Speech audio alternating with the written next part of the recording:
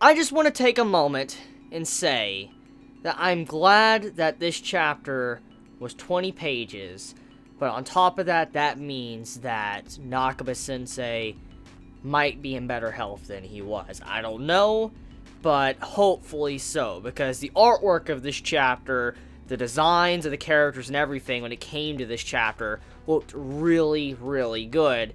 I just hope that whatever's been plaguing Nakaba-sensei has passed, because I'm glad to see the chapters back, but hopefully he's not killing himself to write these chapters. Now, with that being said, though, enough with the depressing shit, let's talk about this chapter of Taizai. So, this chapter has a very surprising plot twist. Like, a really surprising plot twist. Like, I read the chapter, and I'm like, what? Like, what? Like, what? Like, Ro, okay, the guy that looked like fucking Bond, like the Bond lookalike, straight up betrayed the giants, the goddesses, and the fucking fairies, all at once. Like, the humans just betrayed all the other races, and I'm like, whoa.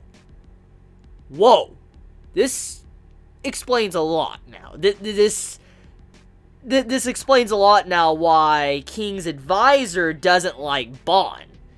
This explains a lot, because this dude Ro looks very similar to Bond.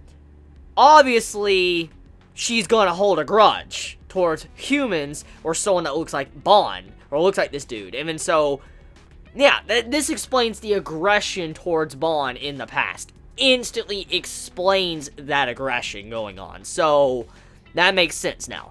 But on top of that, this explains why humanity survived the war, while all of the other races kind of got, separated or wiped out, and they're off doing their own thing way off in the distance, like there's barely any of them left. This explains it. Why humanity has thrived throughout the land is thanks to what they're doing here.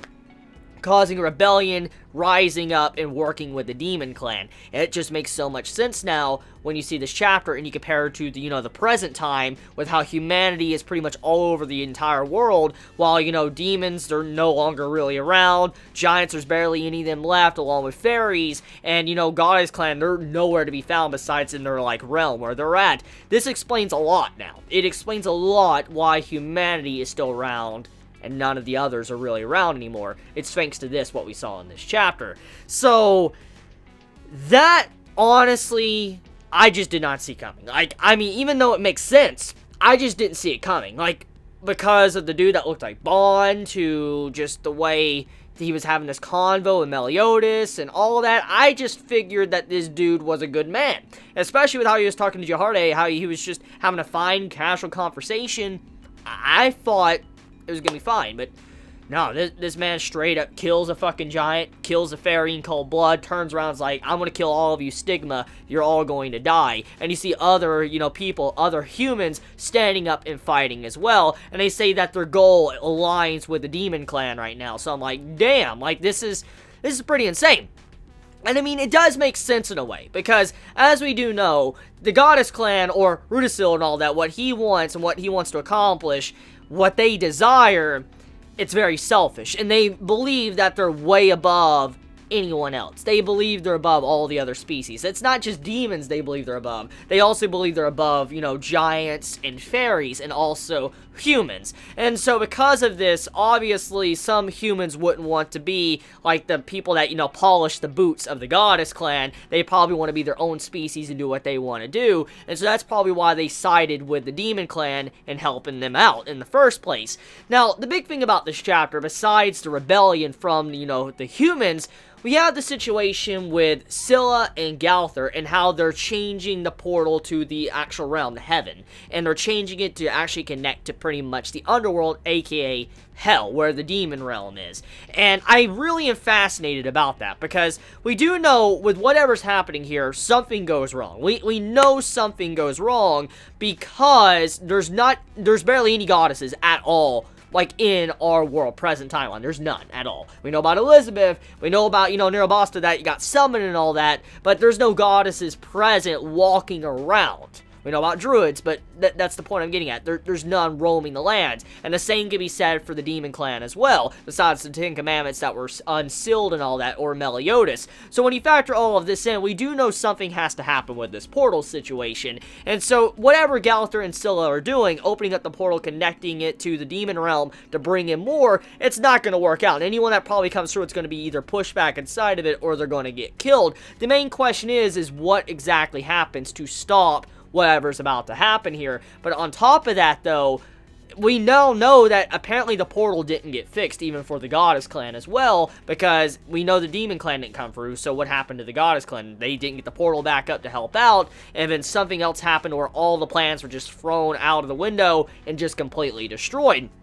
So there's a lot of variables here with the information we can gather from this chapter. But then going even further, though, we do know that Gowther, he's very different in this timeline. He's someone that is, you know, actually pre-Gowther that we saw already in present timeline that has no emotions. He lacks emotions. He's fascinated to know more of how to be like a person. But this Gowther in this timeline in the past, this man is straight up evil. Like, he's a Ten Commandment. He kind of has emotions in a way. And you see the way he displays this throughout the chapter. And when King confronts him, he's like, this ain't Gowther. This is definitely not Gowther. I got some really scary vibes from Gowther in that moment. Because I'm like, what scares me the most about Gowther, his character, is that he lacked emotions. He is morally gray. But what's truly terrifying is a character that knows how to use their abilities. They are evil, they have an objective, and they can manipulate your mind, memories, alter everything. That's what's truly scary about Gowther.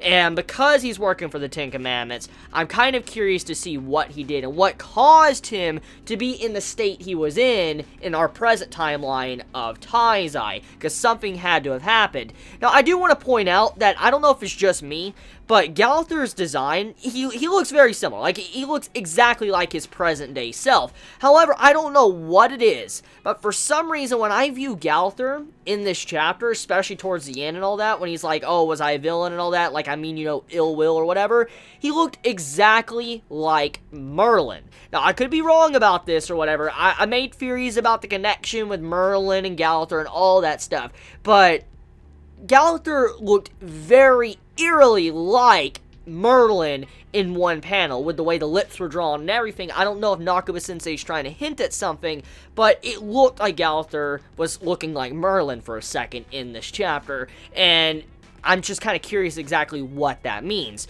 Regardless, though, chapter overall was a pretty decent chapter. I'm excited to see where the overall rebellion goes with, you know, the humans and how they're going to hold back the fairies and the giants and stuff, because as we know so far, there is some strong humans out there, but I highly doubt they could fight a fucking army of giants and fairies. Their magic and everything we've seen from them, it just doesn't feel like humanity would be able to stand up to something like that. So I'm very curious on how they're going to be able to hold back those two races just by themselves. Now, I'm not saying they're weak. I'm not saying these humans are weak. I'm just saying I don't think from what we have seen thus far from Taizai that they could actually stand up to like a giant or a fairy. But I could be wrong. We just got to see where Nakaba-sensei takes that, and I'm just curious to see where that fight goes.